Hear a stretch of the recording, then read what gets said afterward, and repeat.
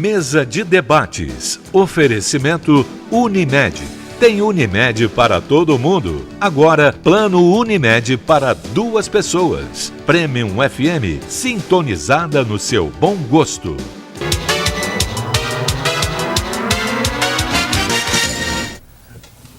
Estamos de volta com a mesa de debates aqui pela TV Juiz de Fora e a gente continua falando de arte.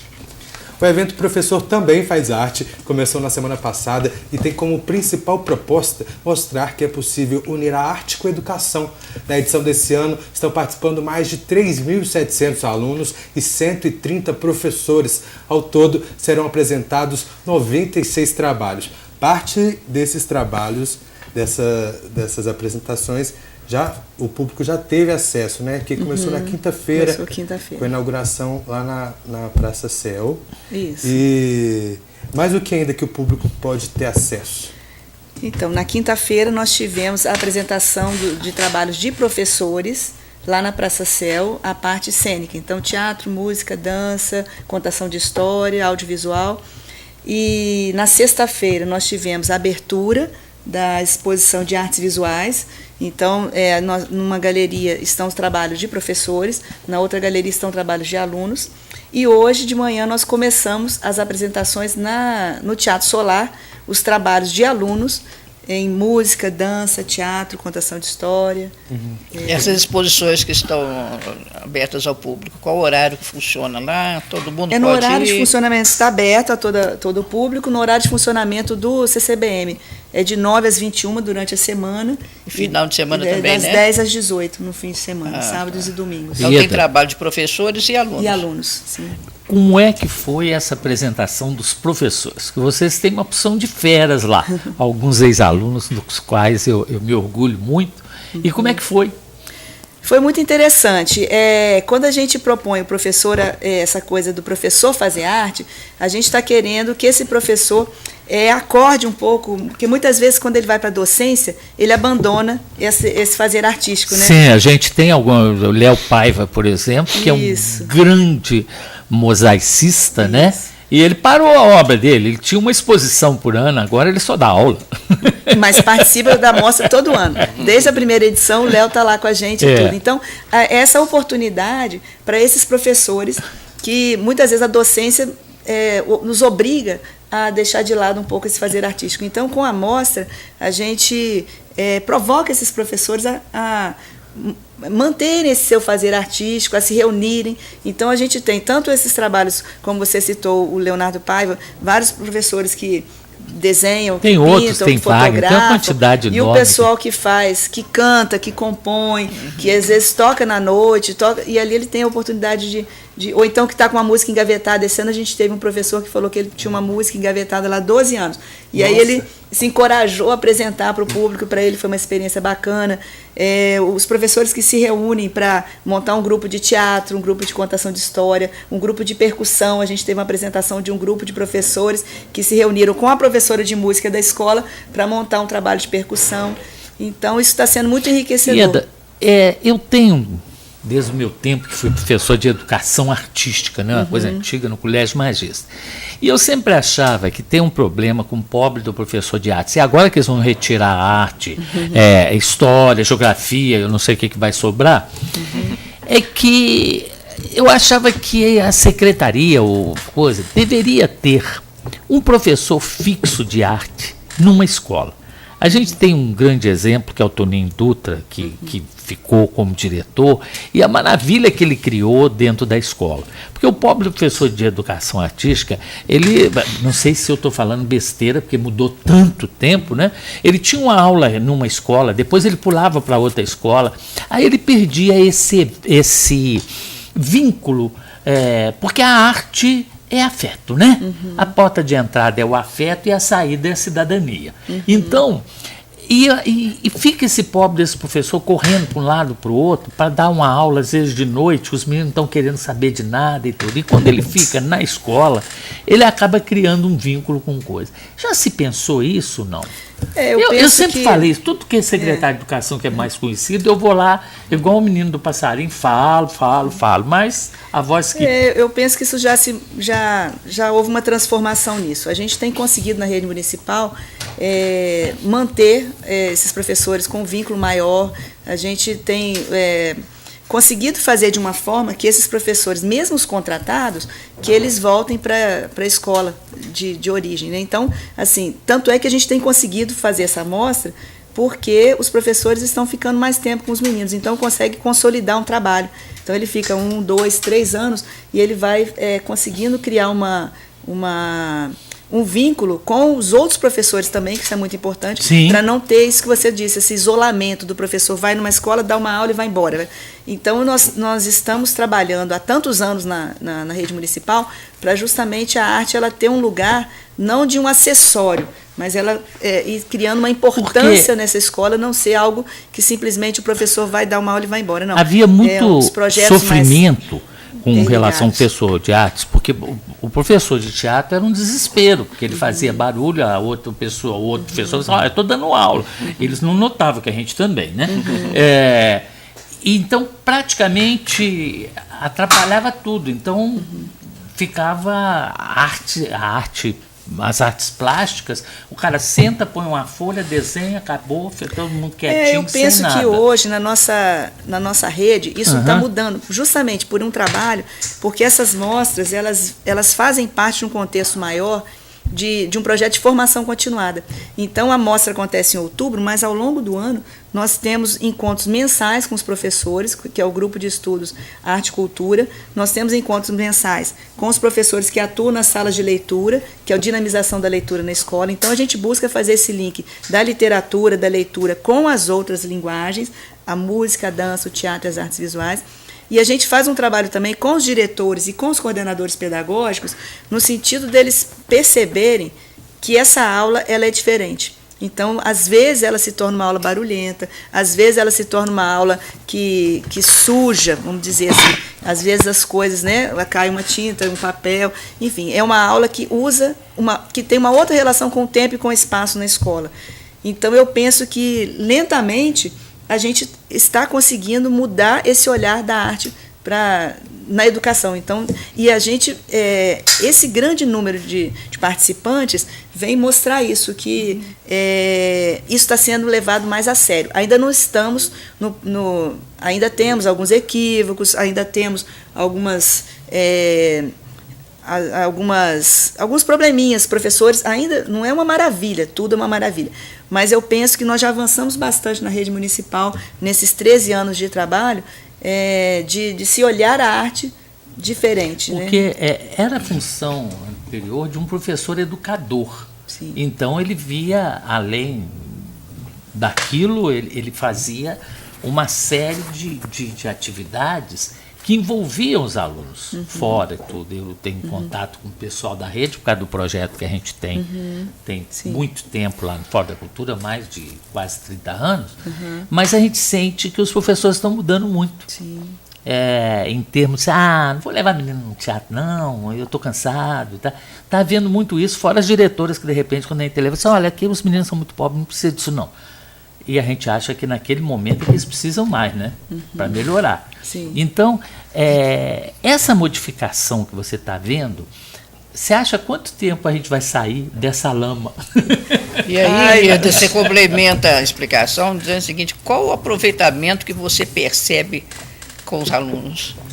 Então, em relação a essa questão, por exemplo, nós temos 55 escolas participando. Então, mais de 50% da rede municipal já coloca isso como algo importante, porque as escolas elas se inscrevem espontaneamente e os professores se inscrevem espontaneamente, então você vê que já existe um grupo preocupado com isso. Eu observo que os meninos... Então, assim, quanto tempo a gente vai levar, eu não sei, né? A gente está lutando para que essa... prospecção, né? A gente acredita que... Nós estamos trabalhando para isso, né? Para eles perceberem essa importância, porque, pelos relatos dos professores, os alunos que participam desses projetos, eles têm um aproveitamento melhor como um todo, porque esse trabalho, como você falou, essa questão do afeto e que chega na cidadania, essa linguagem da arte, ele permite que esse menino se perceba diferente, ele se percebe como alguém, muitas vezes, essa ideia até de que o menino é muito pobre, ou que a gente trabalha muito com os meninos de às vezes, comunidades muito desfavorecidas, o olhar que esse menino tem dele mesmo e para a própria comunidade, porque esses professores de arte muitas vezes têm como temática a própria comunidade, vai mudando esse olhar e esse menino vai se sentindo muito mais capaz, ele vai percebendo que ele tem uma importância naquele contexto, ele não é simplesmente um executor, ele pode dar ideia, ele pode participar do processo de criação e ele se sente importante naquele momento em que as pessoas param para ver o trabalho dele. Então isso provoca uma mudança muito grande quando eles voltam para a escola. Vários relatos dos professores dizem isso. Os meninos vêm, apresentam seus trabalhos e quando eles voltam para a escola, eles se sentem muito mais empoderados, muito mais importantes e eles dão muito mais valor para a aula de arte. E essa aula de arte, isso aí é um processo que o menino sente mais importante a aula, o professor se sente mais motivado e a escola se sente mais comprometida a investir naquilo. Então, e a família fica feliz, né? Sim, nós temos. Porque pai não tem autocrítica, né? Exatamente. E uma coisa que a gente tem observado nesses anos todos, que nós estamos com a 13ª mostra Professor Também Faz Arte e a 9ª mostra Estudantil de Arte. Que no passado as apresentações eram só de alunos para alunos. Hoje em dia, vários pais, a gente estava agora de manhã lá no Teatro Solar, vários pais estavam lá de manhã cedo, foram lá para ver seus alunos. Então, os pais também sentem uma importância e os pais também trazem os alunos. A gente observa também um movimento de pais vindo ao CCBM no final de semana para ver o trabalho do filho. Então, você acha, Ieda, que esse é o caminho para a gente quebrar esse negócio de violência na escola, de mau comportamento? Né? Eu acho que isso contribui, não é o único caminho, sozinho nós não vamos Mas isso não fazer. É uma força muito grande da escola para poder quebrar esse clima? A arte contribui para uma questão de uma visão da diversidade, uma tolerância para outros. À medida que o menino vê um trabalho de diferentes temáticas, feito com diferentes materiais, feito com a diversidade que ele percebe na arte, vai trabalhar esse menino para ter uma tolerância com a diversidade do mundo, porque o mundo não é homogêneo. Então é muito importante, eu penso que a arte contribui para ele, esse exercício que ele faz de sentar e ver o trabalho do outro, desse silêncio que ele tem que fazer para o outro, isso tudo vai trabalhando esse menino para ter um respeito pelo outro. Então eu acho que a arte contribui muito. Eu acho que interessante quando o outro para prestar atenção nele também, né? Sim. Então ele uma troca importante, né? Sim, e é outra coisa que a gente observa, essa formação de público, né? Essa questão, a arte hoje, houve um tempo que a arte na escola era para os meninos fazerem, era uma arte, no tempo da educação artística, eram técnicas para o menino executar coisas. Hoje em dia ela tem uma preocupação com a formação de público, um menino que saiba ler arte, saiba dialogar com a arte, então ele não só faz, mas ele também assiste. Então isso é muito importante. Desculpa, a gente vai para mais um rápido intervalo, o último do nosso programa de hoje. Já voltamos com a mesa de debates.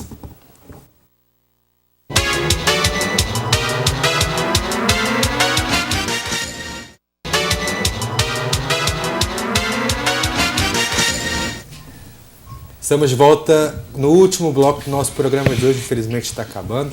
Zé, por favor. Ieda, uma coisa importante atualmente, que é justamente a gente ver que todas as atividades de política cultural é de inclusão. Então, esses meninos podem ter filmes, coisa gratuita, teatro e tudo. E eles estão aprendendo como se comportar diante de uma obra de arte. Mas nós estamos num conflito muito grande da sociedade atual, que é proibir. Agora o MASP pôs uma exposição para 18 anos. Nunca teve problema você entrar no Museu Mariano Procópio, havia figuras de nu e tudo, passava essas crianças e tudo. Como é que essa meninada está vendo essa sociedade de grande preconceito? Nossa, que questão que a gente abordou uma agora questão no final do programa. complicada, mas que a gente tem que enfrentar, e eu penso que os professores, quanto mais a gente expuser esses meninos, é o que a gente estava conversando aqui agora mesmo, essa questão da diferença, eu acho que é a maneira a gente não pode encolher, que a gente não pode... E está aí, isso são as formas, as manifestações de arte. Se a gente começar a censurar demais a arte, a gente corre um risco muito grande. Na mostra, por exemplo, a gente não determina um tema. Cada professor, ele determina, tanto na mostra do professor quanto na mostra estudantil, são os próprios professores que determinam os temas. E quais os temas que têm aparecido? A gente tem desde a questão muito forte, essa questão do bairro, esse olhar para o entorno, de valorizar a memória. Eu penso que tem uma rede de trabalhos muito interessantes nesse aspecto. A gente tem algumas experiências interessantes também com a questão da tecnologia. Tem vários professores que estão fazendo trabalhos nessa área. Mas eu penso que o tema, muito ligado à literatura também, que é uma coisa que eles trabalham com muitos autores que eles estudam no cotidiano da escola. Então, mas o que a gente observa é assim, essa luta dos professores para que a gente amplie a referência do menino e não cercear, né? Então, é difícil, um trabalho difícil, porque a nossa sociedade está ficando muito... Está ficando difícil realmente, né? Nós temos que agora cada vez ter mais cuidado na abordagem das temáticas. Sim. Mas eu penso que... Família tem sido um tema abordado, né? Família, formas de as família. escolas... Porque família hoje, geral, né? Por isso que eu perguntei, porque família hoje tem tantas definições, né? Tantas, que eu gostaria de saber o que eles pensam sobre família hoje. Mas, justamente, essa é uma oportunidade para tratar questões como essa de uma forma muito natural, né? Com crianças. Deixar a pessoa se expressar para ver o que ela pensa, Sim. Como é que ela está enxergando tudo isso, né?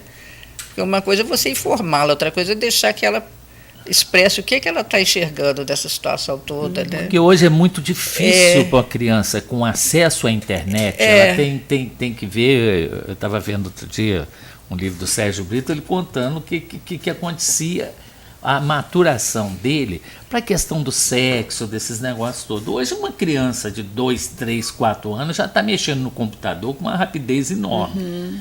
E não tem aí, o pai nem sabe o que ele está vendo, né? Aquilo que antigamente você tinha no cinema, 14 anos, a gente ficava doido para fazer 14 anos para parar de ver só o Flash Gordon, que queria ver outra coisa. Depois, 18 anos, aí era uma loucura para ver o filme de 18 anos, que às vezes tem esses negócios todos. E hoje não tem esse limite. O menino está lá mexendo na internet, o pai e a mãe não sabem o que ele está fazendo lá no quarto dele, não. E aí o professor, a escola tem que trazer essas informações e transformar isso na escola, não é? Provocar uma discussão que seja interessante a partir disso, porque não adianta você dizer não faça. O importante é que a gente traga esses temas para a escola e consiga transformar isso numa produção artística ou de qualquer outra área de conhecimento. Né? Querida, nosso programa está chegando ao fim e a gente tem aqui um folderzinho com uma programação muito vasta. Eu queria saber se existe como as pessoas terem acesso essa programação, se está aberta ao público. Essa programação ela está disponível no site da Prefeitura de Juiz de Fora, né, no site da PJF, e o público, o espetáculo, se alguém quiser ir assistir algum trabalho lá no Teatro Solar também, podem comparecer. A gente tem o turno da manhã, de 8 às 10h30, à tarde de 14 às 16h30, hoje, né, segunda-feira, no dia 25, depois no dia 30 de outubro e dia 1º de novembro. E eu queria convidar todo mundo para o dia 28 de outubro, que é um sábado à tarde, às 16 horas, lá no Parque do Museu Mariano Procópio, que nós teremos apresentações ao ar livre de trabalhos de alunos e de professores. Que legal. Parabéns pelo trabalho de vocês. Obrigada. Nosso programa está chegando ao fim. Eu gostaria muito de agradecer a participação de todos. Obrigado, debatedores. Até segunda-feira, ou até qualquer dia, né, Neuza? Só Deus sabe, né? Obrigado, viu? Eu também gostaria de agradecer a você de casa que acompanhou o nosso programa de hoje. Lembrando que a mesa de debates volta amanhã, ao vivo, aqui pela TVE Juiz de Fora, às 11 horas da manhã. Não vai perder o horário, não, tá? A gente tem reprise do nosso programa de hoje às 6 horas da tarde. E também, você já sabe, é fácil ter acesso a essa e outras edições da Mesa de Debates, só procurar o nosso canal no YouTube, joga TV Juiz de Fora, que você tem acesso aos nossos programas, e também você pode baixar o nosso aplicativo do Diário Regional JF no seu celular, ter acesso às mesas, ao conteúdo da Rádio Prêmio e também do Diário Regional no seu celular gratuitamente. Muito obrigado pela companhia, uma ótima tarde e até amanhã.